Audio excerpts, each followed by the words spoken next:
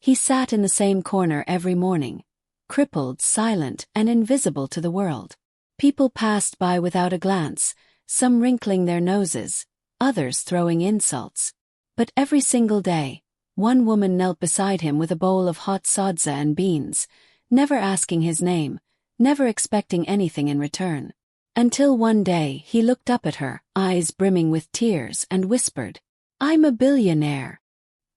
He sat in the same corner every morning, crippled, silent, and invisible to the world. People passed by without a glance, some wrinkling their noses, others throwing insults. But every single day, one woman knelt beside him with a bowl of hot sadza and beans, never asking his name, never expecting anything in return. Until one day he looked up at her, eyes brimming with tears, and whispered, "I'm a billionaire." But that moment was still far away. It began in Beggar, a township in Harare, Zimbabwe, where life moved to the rhythm of survival. Aunty Tari, as everyone called her, wasn't wealthy. She lived in a tiny two-roomed house made of concrete and corrugated metal, with cracked floors and windows patched up with plastic. She was a widow who had lost her husband to an illness years ago. Her only son had left for South Africa in search of work and hadn't returned since. But she never let sorrow swallow her. Her weapon was love and food. Every morning before the sky even turned blue, Aunty Tari rose. She wrapped her chitenge, traditional African cloth, around her waist, lit her fire and began cooking. Smoke from her small charcoal stove curled into the dawn air as she stirred huge pots of sadza, maize meal and beans, sometimes muriwo, greens, when she could afford it. By 7 a.m., she had set up her small makeshift stall near the bear market, a plastic table, 2 wooden benches, and a faded umbrella to block the sun. Her food wasn't fancy, but it was warm and filling. Minibus drivers, tomato vendors, and tired mothers with crying babies came to eat and laugh for a few minutes before facing the hard day ahead. And every morning after her first batch of customers, she would quietly fill a small enamel bowl, cover it with a piece of cloth, and walk a few meters to the corner where the crippled man sat. No one knew his real name. He was simply called Mupengo, madman. People said he had once been a teacher or maybe a war veteran. Some said he had been cursed. Others claimed he was just a hopeless drunk who fell and broke his back. But the truth was no one really cared. His legs were twisted, useless. His beard was wild and his eyes haunted. He said nothing. He begged for nothing. He just sat day after day on a flattened cardboard box, staring at the world without emotion. Some children were afraid of him. Others threw stones and ran away laughing. But Aunty Tari, she saw something different. She saw a man. Every day after serving her first customers, she would walk to the corner with food. She'd crouch beside him, unfold the cloth, and place the warm bowl in front of him. "Morning, Baba," she'd say softly. "Eat before the flies do." The man never responded, not with words. But he would glance at her, nod once, and begin eating. Slowly, carefully, with dignity. Then, she'd return to her stall as if nothing had happened. It became their silent routine. Weeks passed, then months. Some people started to notice. "Aunty Tari, why do you waste food on that madman?" a market woman once asked, half joking, half mocking. She just smiled and said, "I see hunger. I feed hunger." One rainy day, when business was slow and the sky wept like a broken heart, Aunty Tari still made the trip. She covered the bowl in plastic and held an umbrella over both herself and the crippled man as he ate. He didn't look up. But a single tear slipped down his cheek and disappeared into his beard. The next day, something small but strange happened. Instead of looking past her, the man whispered, almost inaudibly, "Thank you." Aunty Tari blinked, surprised. She hadn't expected words. "You're welcome, Baba," she replied, placing her wrinkled hand briefly on his shoulder. After that day, he began to nod more, sometimes even raise a hand in greeting. He never spoke again for weeks, but he watched her closely. Then came a day that would change everything. It was a Saturday, and the market was busier than usual. Musicians played bira, Children danced barefoot on the red soil, and smoke from roasting maize filled the air. Aunty Tari had nearly sold out by noon. She packed a last portion of sadza, added a boiled egg, rare, a luxury, and headed to her friend on the corner. But when she reached his spot, he was gone. Her heart stopped. She looked left, right, behind the trees, inside the alleys. Nothing. Just his empty cardboard sheet, slightly wet from a morning drizzle. Worried, she waited all day. No sign of him. Maybe he died, someone muttered near the bar. Maybe the council moved him, said another. That night, Aunty Tari couldn't sleep. Her heart ached, and she felt a strange emptiness. Over the past year, she'd grown used to feeding that silent man. He was no longer just a stranger. He was part of her day, her rhythm. 2 days later, just as she was serving a group of boys, she felt a presence behind her. She turned and gasped. There he was. But something was different. He was clean. His hair had been trimmed, his face shaved. He wore a simple, neatly ironed shirt. He leaned on new crutches. His eyes no longer looked haunted, but alive. The crowd stared. The crippled beggar, transformed. He limped slowly toward her and stopped. For the first time, he looked her straight in the eyes. I was in the hospital, he said. Someone found me passed out. Malaria. Almost died. Tears welled in Aunty Tari's eyes. She stepped forward and hugged him tightly, something no one else had ever done. The market stood still. Welcome back, she whispered. From that day on, he came to her stall, not just to eat but to talk.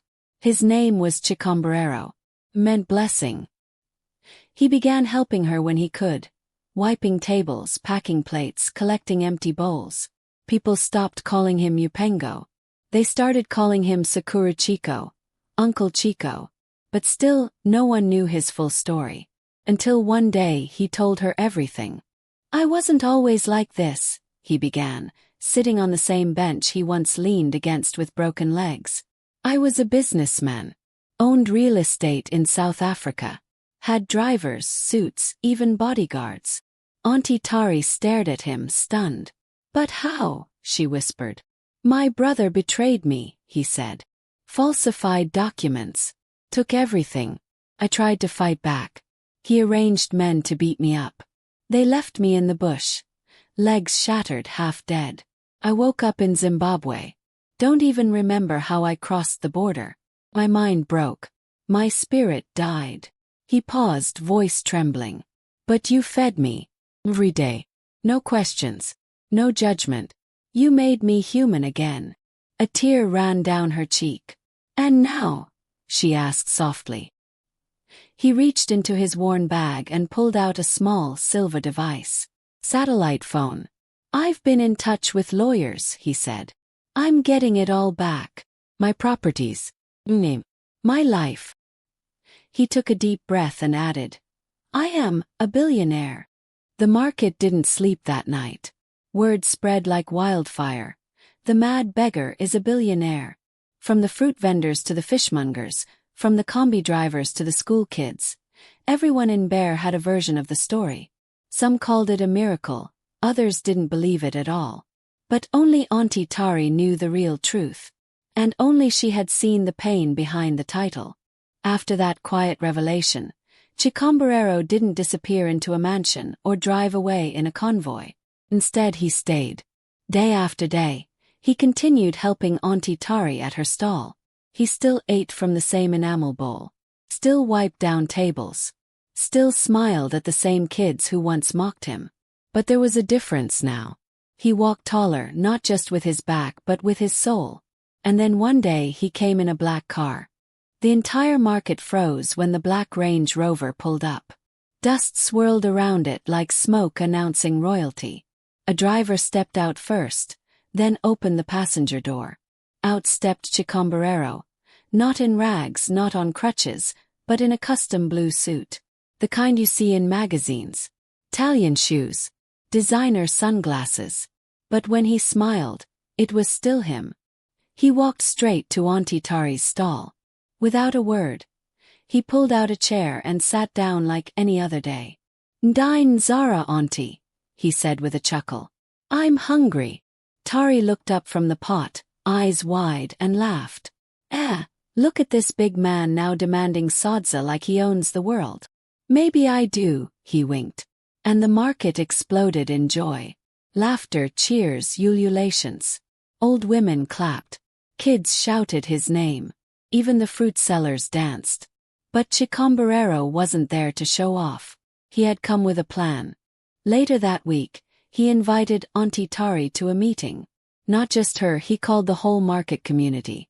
Vendors, cleaners, combi drivers, even the street kids. The venue, an empty warehouse at the edge of Beggar. When they arrived, they found it had been transformed, cleaned, painted, and filled with chairs and flowers. At the front, a stage with microphones and speakers. And standing at the center was Chicomborero, once Mupengo, now in front of his people. He took the mic, cleared his throat, and began. "I am not here today as a billionaire. I am here as a man who was broken, forgotten, and buried by the world. But one woman knelt beside me and saw a human being. She fed me not just with food, but with dignity." He turned to Aunty Tari, who sat in the front row, tears already forming. "I owe her my life. And today I give something back. Not just to her, but to every soul who's ever been ignored by this world." He pointed toward the back curtain.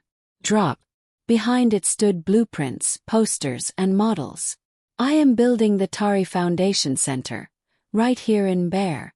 School, clinic, shelter, a skills training hub, and a restaurant that will serve food at almost no cost to anyone who's hungry."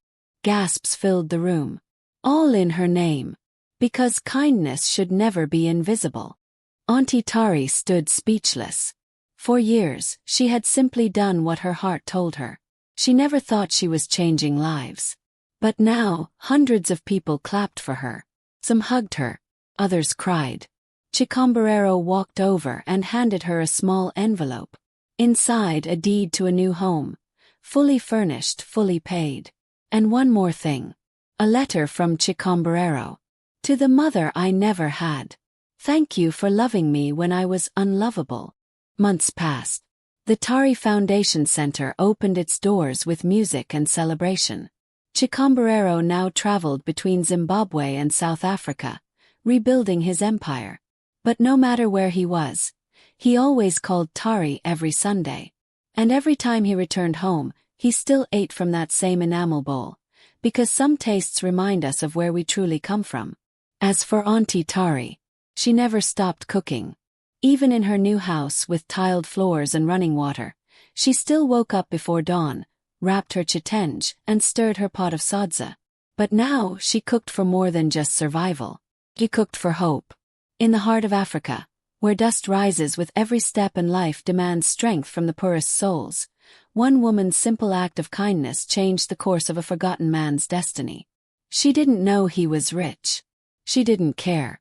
Because real kindness doesn't ask for payment. And sometimes, that's exactly what awakens a billionaire's heart.